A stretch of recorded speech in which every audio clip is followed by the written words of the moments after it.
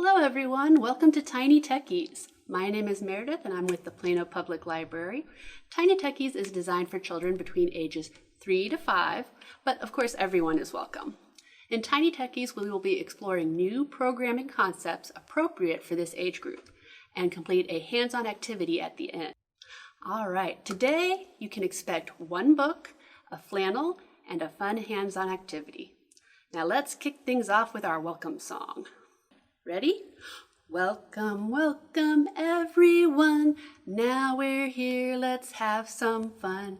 First we'll clap our hands just so. 1, 2, 3, 4. Then we'll stretch and touch our toes. Welcome, welcome everyone. Now we're here, let's have some fun. Yay!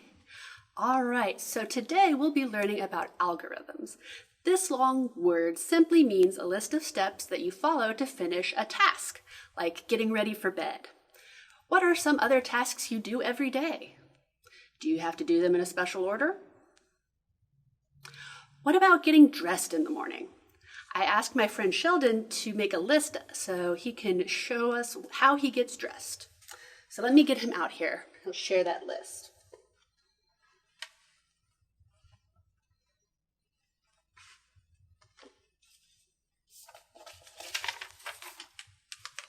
Hi guys, how are you doing? Hi Sheldon, is that your list there? Yup. All right, let me take it out. So what does it say? Help me hold it up.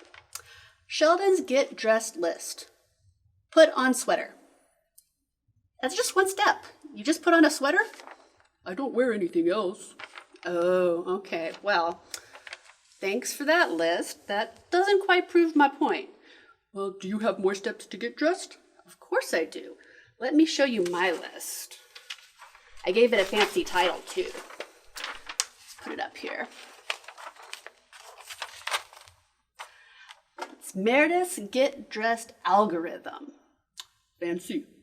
So first I take off my pajamas, then I put on my underwear, and then I put on my pants. Yeah, you wouldn't want to put on the underwear second. That would look silly. That would be very silly. And then I put on my shirt, my socks, and my shoes. Wow, that's a lot of steps. Do you guys have to do as many steps to get dressed in the morning? I bet they do. Understanding how not to follow, but create lists of instructions will help to get ready for school when there are instructions to follow every single day. Do you think that'll help, Sheldon? Yup. All right, well, we'll let him go back into his little bag to sleep. Say bye-bye, Sheldon. Bye-bye. All right, so we are now on to our first part of our activities today, our book.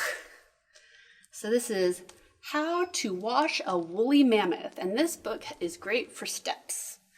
We've got written by Michelle Robinson. How to wash a woolly mammoth. Does your woolly mammoth need a bath? You'll need to prepare. Woolly mammoths are quite big, and woolly is notoriously tricky to clean. Don't worry, just follow this step-by-step guide. So there's our woolly mammoth. You think he's pretty dirty? I think so. Step 1, fill the bathtub. There we go. If your mammoth is thirsty, this may take a while. It's drinking up all the water.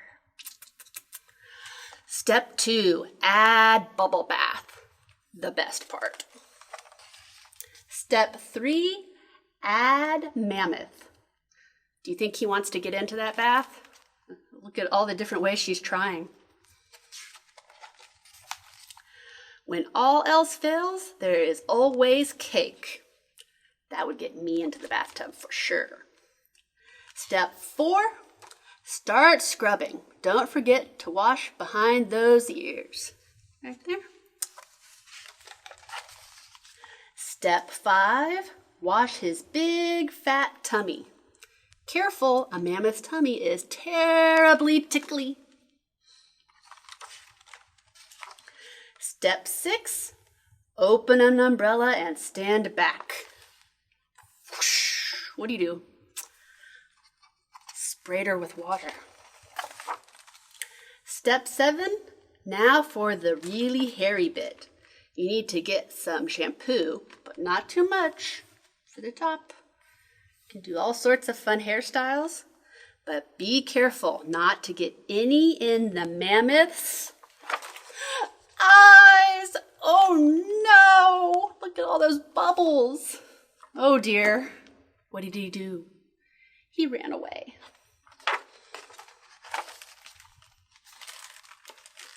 Step 8, to get a woolly mammoth down from a tree, you'll need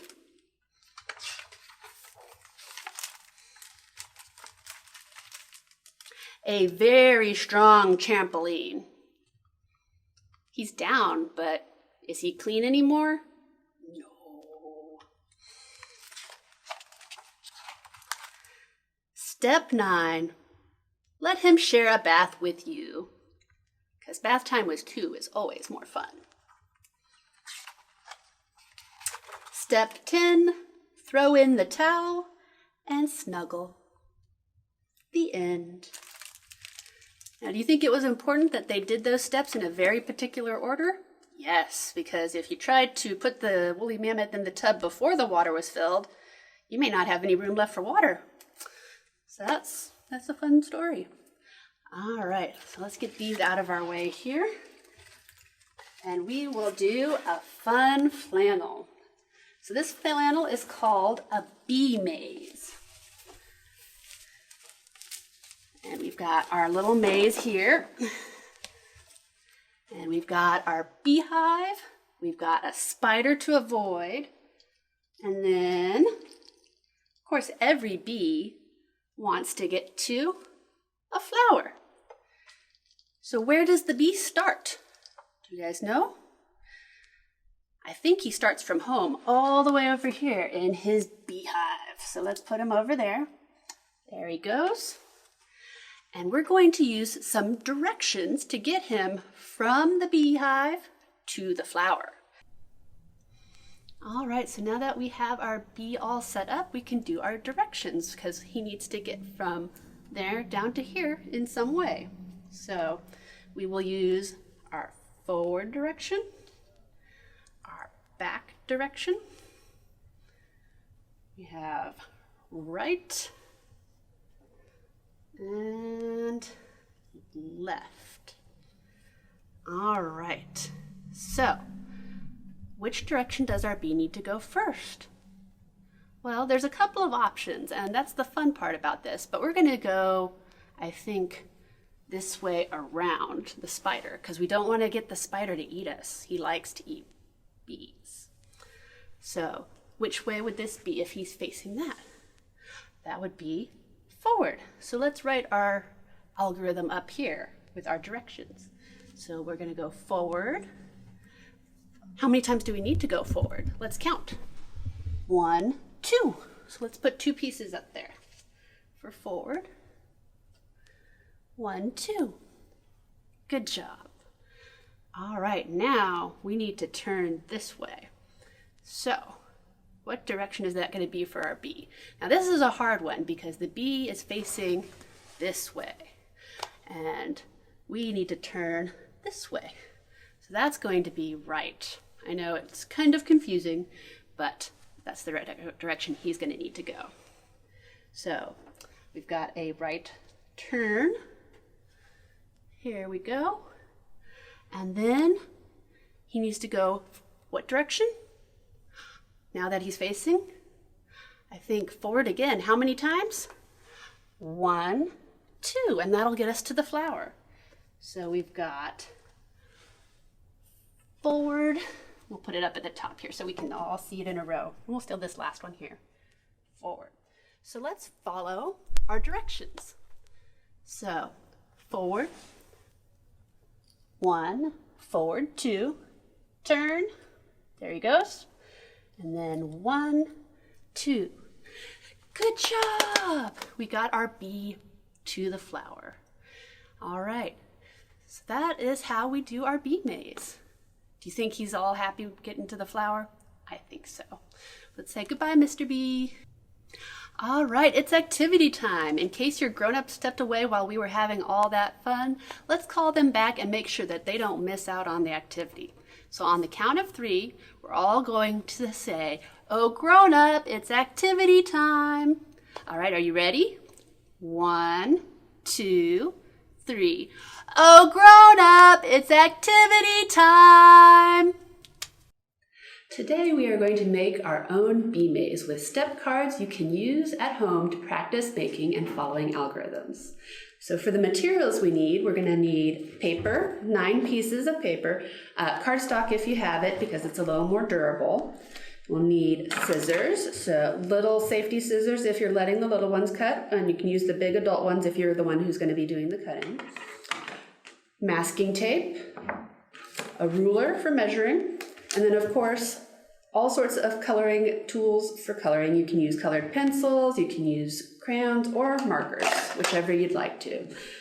All right, for this activity, grown-ups will need to help measure the tape, cut the paper and tape, and can assist with writing out direction words and drawing step cards if you want to speed it along. So let's get started.